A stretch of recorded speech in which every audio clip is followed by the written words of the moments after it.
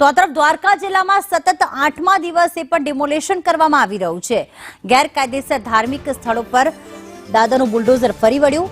આરંભડા ગામે દરિયાઈ વિસ્તારમાં ડિમોલેશન કરવામાં આવ્યું। રૂક્ષ્મણી મંદિરની પાછળ ધાર્મિક દબાણો જે હતા તે દૂર કરવામાં આવ્યા છે।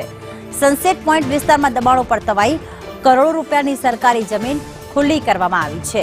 રૂક્ષ્મણી મંદિરની પાછળ જ એક ધાર્મિક દબાણ આવેલું હતું। દરિયાઈ પટ્ટીની બાજુમાં તે ધાર્મિક દબાણ દૂર કરવામાં આવ્યું છે।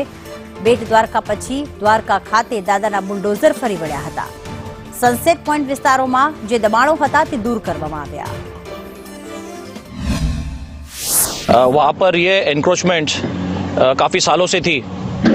यहाँ पर हमने तकरीबन 1 साल पहले नोटिस दिया था और अभी कुछ दिन पहले दूसरा नोटिस दिया है। फिर उसके बाद आज सुबह और कल शाम को हमने लोगों के साथ बैठ के यहाँ पे जन सुनवाई की है और उसके बाद ये डिसीजन लिया गया है कि यहाँ पर जो इलीगल स्ट्रक्चर है उसको तोड़ा जाएगा। गवर्नमेंट ऑफ इंडिया की अमृत 2 स्कीम जो है, जो वाटर रिजुनिवेशन की तरफ काफ़ी कार्रवाई करती है, उस स्कीम के अंदर इस एरिया का इस्तेमाल होना है। डिमोलेशन सतत 8મા દિવસે પણ યથાવત। 11 જાન્યુઆરીથી આ ડિમોલેશનની કાર્યવાહી શરૂ થઈ છે, જે આજે પણ યથાવત છે।